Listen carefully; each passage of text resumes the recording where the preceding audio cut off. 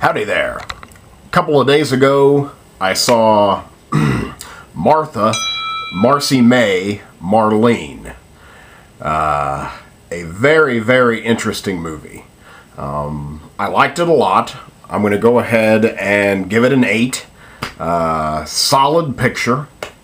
Got a lot of new talent. So I'm not familiar with everyone's name. And I think it's the debut film from a new filmmaker. I wanted to remember his name, but it slipped my mind in the past couple of days. I want to say it's Sean something. He wrote and directed it. I'm not really sure about producing. I don't think I saw his name as a producer, but he did write and direct it. So I automatically respect that. It's about a cult. Specifically, it's about one member of a cult, a young lady, who is Marcy May, Marlene. Those are all of her names. She escapes from said cult and runs to her sister, estranged sister, I guess you could say, and her husband. So she's fleeing the cult, and that's the most fascinating part of the movie, is that it seamlessly goes back and forth in time. Like, you see her in the cult, and everything that she had to endure, and then you see her as she is now, and the situation she is now. And again, it's blended seamlessly. Sometimes, you're watching one scene, and, like, for instance, it takes place at the cult compound, and like, the camera goes in close for just like a single shot of her face, and it's kind of hard to describe, but the scene continues, and you think she's still in that situation, and the camera pans back, the shot gets wider, and all of a sudden you realize that you're not in that situation, you're in the situation she's in now. So it creates this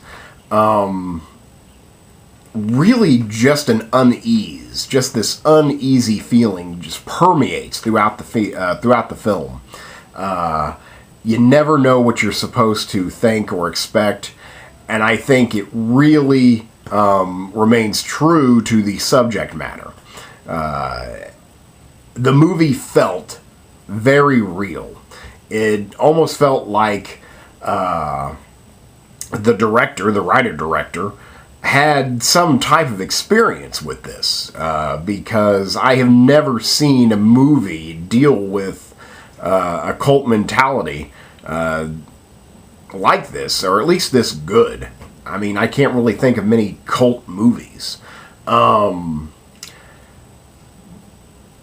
I mean, really, just everything, the drug use, the malnourishment, the group sex, it's just all, there. And he seems to have, first-hand accounts. I don't know if this was a novel or a true story, an account, but it felt very real all of the time. And I guess it would be the editing really accentuates that. Again, you're constantly off kilter.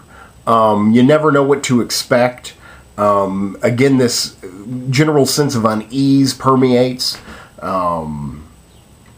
So I would have to think that that's kind of what it's like to be in her situation, because she's definitely unbalanced. And I felt slightly unbalanced with her.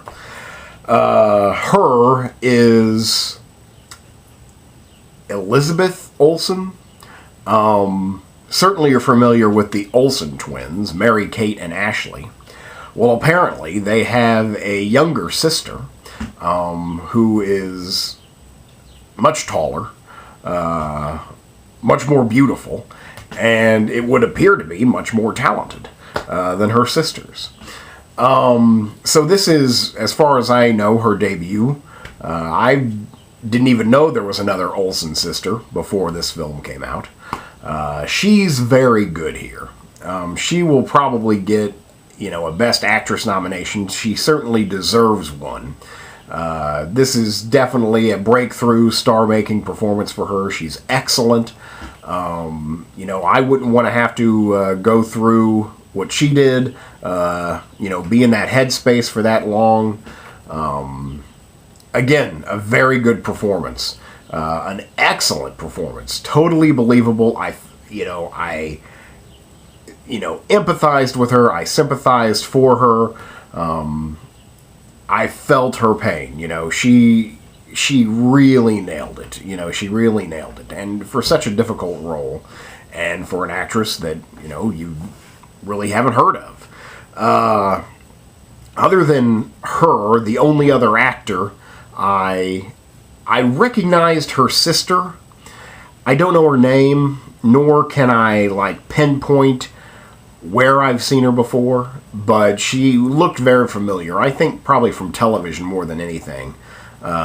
She's very good here. All the acting is really good, really authentic. Again, just the movie succeeds at feeling so real, at taking you to this situation and putting you there. The sister is good. Her husband is good. Anyway, the only other actor I know is John Hawkes. John Hawkes has been working forever. He recently got a much bigger breakthrough thanks to Winter's Bone. That was a terrific film. He was awesome in it. He got nominated for an Academy Award. I could see the same thing happening here for at least Best Supporting. He's very good here. He's very good here. For all intents and purposes, he's playing Charles Manson. Again, he's not playing Charles Manson, but he's playing a Charles Manson type figure. So he's very creepy. Has wild mood shifts where he's, what you would imagine Charles Manson to be like. Somehow he captivates all these minds and, warps them to what he wants. He's a master manipulator. I totally bought that. So he, swings from being just, delightfully charming to, savagely psychotic. And that, and you see it right there like that. So it's a very good performance from John Hawkes. Maybe, with the exception of Winter's Bone, he has more screen time here than in Winter's Bone. It seems like he just had that kind of one role to fulfill, that one purpose to fulfill in Winter's Bone, where here he's just kind of all over the place. So it's, again, more of a showcase of what he can do. So if he gets nominated for Winter's Bone, I see no reason why he can't be nominated here. Did he win for Winter's Bone? Boy, I can't think. It makes me think he did. Anyway, now that I think he won, if he wins for Winter's Bone, then gosh, he's got to win here. But I don't remember if he won or not. Anyway, he's great here. I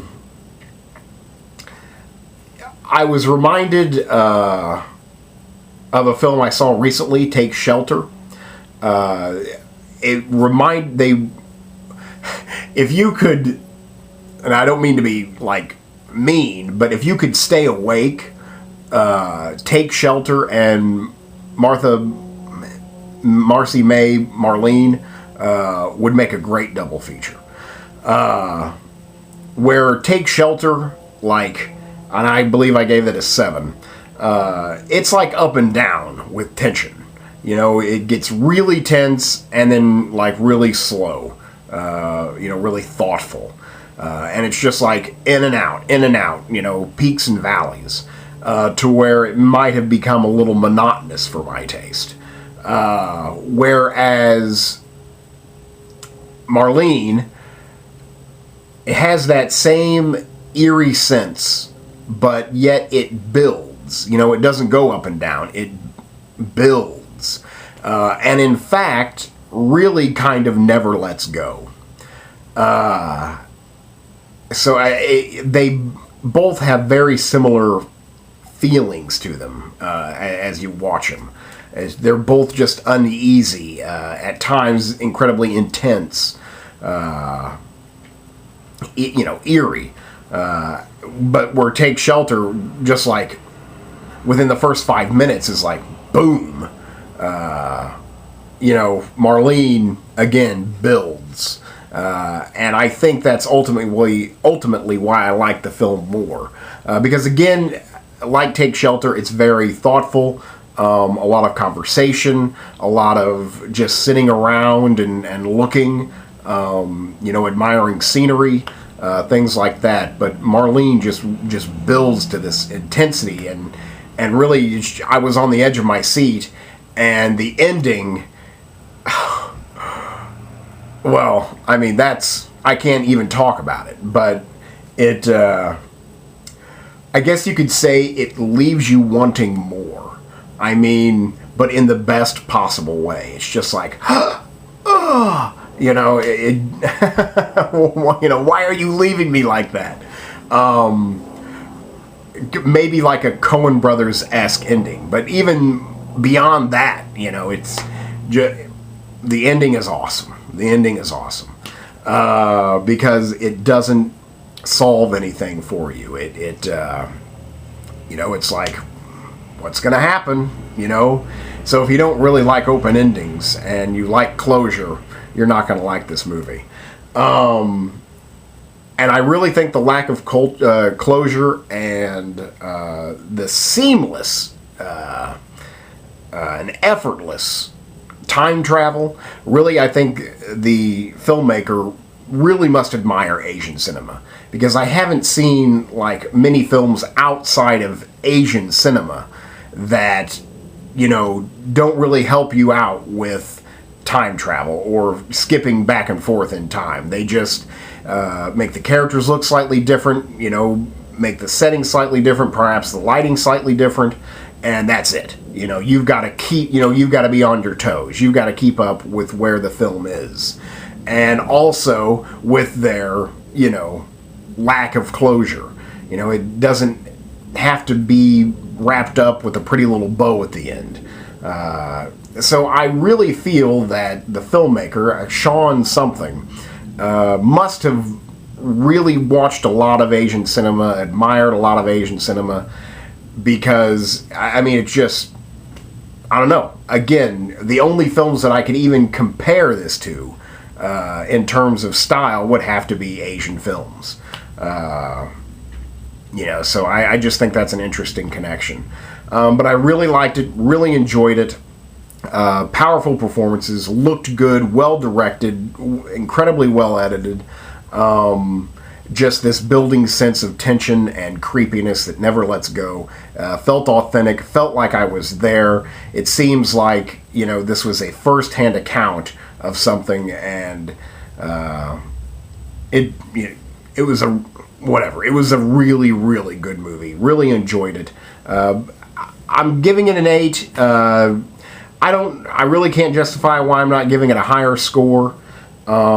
Maybe just because it was slow. You know, it required attention, and it does build. So maybe the first half hour, you're going to be like, God, come on, you know, come on. But the details, the devil is in the details, and there's a lot of details in this film. And it really just makes up for a solid viewing experience. So that's Marcy May, Marlene. Great movie. Still solid 8. All right, thanks.